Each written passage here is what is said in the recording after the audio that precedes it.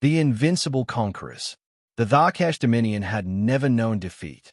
For nearly 5 centuries, their fleets had swept across the stars like an unstoppable tide, dismantling empires and enslaving entire species. Their conquests were not battles. They were exterminations, swift and merciless. To them, war was not a contest but a harvest, and every new planet was nothing more than another field to be reaped.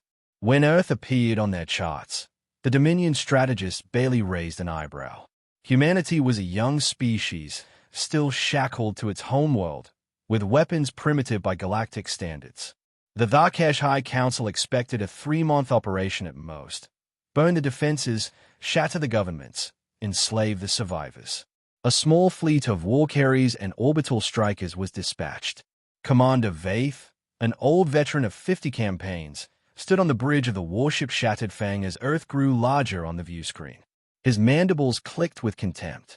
A blue-green world, rich in resources but populated by savages, he muttered. This will be over before the cycle ends. Reports from the forward scouts confirmed his assumption. Humanity was fragmented, nations squabbling, armies outdated, and no unified defense. To Vaith and his crew, it was laughable. They had crushed far greater civilizations with far less effort. Yet, far below, the humans were watching. The first detection of the alien fleet sent shockwaves through every government. For the first time in living memory, the world's leaders faced a threat that made borders and rivalries meaningless. Emergency broadcasts declared a state of planetary defense. Satellites tracked the alien fleet's approach. Scientists scrambled to analyze their technology, even as generals drew up desperate strategies.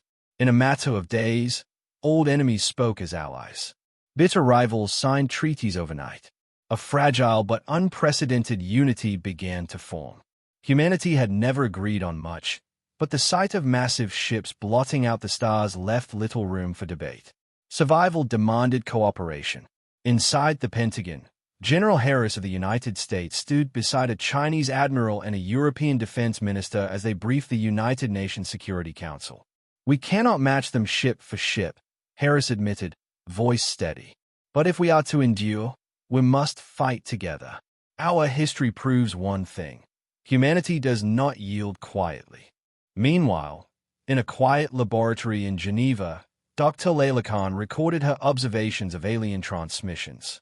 "Their command signals are rigid, predictable," she whispered, excitement flickering in her tired eyes. "They think in absolutes. That may be their weakness." From orbit, Commander Vaith sneered at the mobilization below. He had seen this before, doomed species rallying in vain before annihilation. "Let them scramble," he said coldly. "It will make no difference." But for the first time in the Dominion's long history of conquest, they faced an enemy unlike any other. They faced a species forged in centuries of war, chaos, and survival against impossible odds. They faced humans.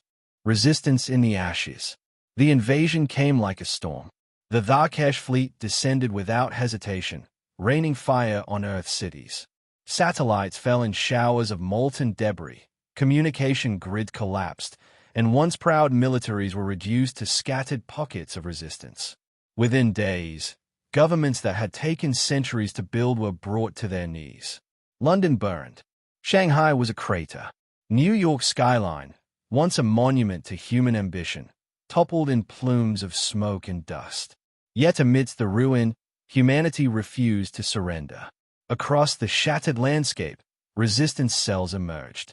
They were not soldiers in gleaming armor or fleets of mighty starships. They were ordinary people turned fighters, armed with whatever they could scavenge. Farmers converted tractors into armored vehicles. Hackers hijacked alien broadcasts to beam defiant messages into the skies. Children carried supplies through the ruins while parents laid traps in the rubble of their homes. At the center of this defiance stood Captain Aiden Cross, a former Special Forces officer. He had seen his share of war, but nothing like this. His unit, battered and half-starved, now operated from the ruins of Berlin. Each night, under the cover of smoke and darkness, they struck at the occupiers, ambushing patrols, sabotaging supply nodes, and vanishing before the Tharkash could retaliate. They think they've broken us, Cross growled one night as he briefed his fighters in the dim light of a flickering lantern. But look around. We're still here. We're breathing. As long as we breathe, we fight. In Geneva, Dr. Layla Khan continued her work under constant threat of bombardment. She and a small team of scientists salvaged alien wreckage, picking apart fragments of technology. Exhaustion lined her face, but her eyes burned with determination. They underestimate us, she told her colleagues. They see chaos, but chaos is where we thrive. Every failure teaches us something new. Every strike reveals a flaw. From orbit, the Tharkesh grew restless. Their commanders expected Earth submission, yet the humans resisted in ways that defied logic. Armies were supposed to break once their capitals fell. Civilizations were supposed to collapse when their infrastructure was destroyed. But these humans fought harder the more they lost. Commander Vaith snarled as another report arrived. A convoy ambushed in South America, a command post overrun in Africa, another warship damaged by stolen human munitions. Animals, he hissed. They fight like cornered beasts. There is no order, no honor, no surrender. Only rage. And still the resistance spread. In the ashes of their ruined cities, humanity discovered a grim unity. No longer divided by borders or ideologies, they fought for a single cause, survival. Their world was burning. But from that fire rose a defiance stronger than the Dominion had ever known. What the Tharkesh failed to understand was simple. Destruction only hardened human resolve. The more Earth burned, the more fiercely its people fought. Turning the tide. For months, Earth burned beneath the shadow of the Tharkesh fleet. Yet in the darkness, the seeds of defiance had taken root. What began as scattered bands of fighters had grown into an organized resistance, united not by nations but by survival. The breakthrough came in a bunker deep beneath the ruins of Geneva. Dr. Layla Khan stared at a flickering screen, her hands trembling with exhaustion and exhilaration. After weeks of dissecting alien wreckage and intercepting encrypted signals, she had discovered it, a flaw in the Tharkesh command AI. They rely on rigid algorithms, she explained to her team, her voice steady despite the pounding in her chest. Their entire fleet coordination depends on patterns too inflexible to adapt. If we introduce chaos into their system, unpredictable variables, it will confuse their command net. We can blind them. The message spread quickly through the resistance. For the first time, humanity had more than defiance. They had a weapon. Captain Aiden Cross led the first strike. His team, armed with stolen alien rifles and jury-rigged explosives, boarded a downed Tharkesh shuttle and reprogrammed its beacon. Hours later, as Dominion warships attempted to triangulate the false signal, they collided in orbit, their formation unraveling in chaos. The humans had found a way to turn the enemy's strength into weakness. News of the victory spread like wildfire. Across the globe, resistance cells coordinated their attacks with Khan's algorithms, striking in unpredictable patterns that the Dominion AI could not comprehend. Ambushes turned into routes. Sabotage missions crippled supply lines. Entire battalions of aliens withdrew in confusion, their once perfect coordination collapsing under the weight of human unpredictability. In orbit, Commander Vaith watched the chaos unfold with disbelief. His ships, once a flawless blade, now slashed wildly against shadows. Impossible, he growled. No primitive species could pierce the Dominion's command net. But the reports were undeniable. Losses mounted, and for the first time in his long career, Vaith felt the stirrings of doubt. The turning point came during the Battle of Earth orbit. A coalition of resistance fighters, using salvaged alien engines strapped to Earth-made shuttles, launched a desperate assault. Against a fleet that outnumbered them 20-1, they fought like demons, weaving through enemy fire with reckless abandon. Dr. Khan's algorithm sent false signals into the Dominion network, and confusion spread like fire through their ranks. Cross's voice cut through the comms, hoarse but unyielding. They think we're beaten. They think we should have surrendered months ago. Show them what it means to be human. The ragtag human fleet struck with a ferocity the Tharkesh had never faced. One by one, Dominion warships fell, some destroyed, others colliding as their confused AI issued conflicting orders. The humans did not win through superior firepower.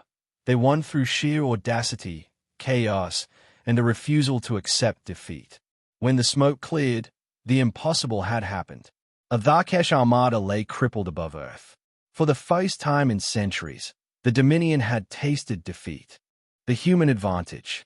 The galaxy had never seen the Tharkesh falter. To every conquered world, their fleets were a force of inevitability, like gravity or the rising of suns. But now, above the battered cradle of humanity, the impossible had happened. The Dominion's armada was broken. Wreckage of their warships drifted in low orbit, a grim halo around Earth. For Commander Vaith, humiliation burned hotter than the fires of battle. He could not fathom it, an entire fleet crippled by a species that should have surrendered at the first strike. "We will regroup," he snarled, mandibles clicking. "They are weak. This was luck, nothing more." Yet even as he spoke, reports came of more failures. Resistance cells across the planet grew bolder, emboldened by the impossible victory. Entire Dominion battalions were abandoning their posts, unwilling to face the humans who fought like madmen. The final push began with a whisper of desperation and a spark of hope. Captain Aiden Cross stood before his fighters in an abandoned hangar, the air thick with fuel fumes and determination. "We've blooded their nose," he said, voice carrying through the crackling loudspeakers. "But to win, we need to cut off the head. The command ship, their flagship, controls what's left of their forces. If we take it, we end this." It was a suicide mission, and everyone knew it. Yet not a single fighter turned away. Humanity had already endured the unendurable. Another impossible challenge was nothing new. Dr. Layla Khan watched from the command center as the ragtag fleet launched.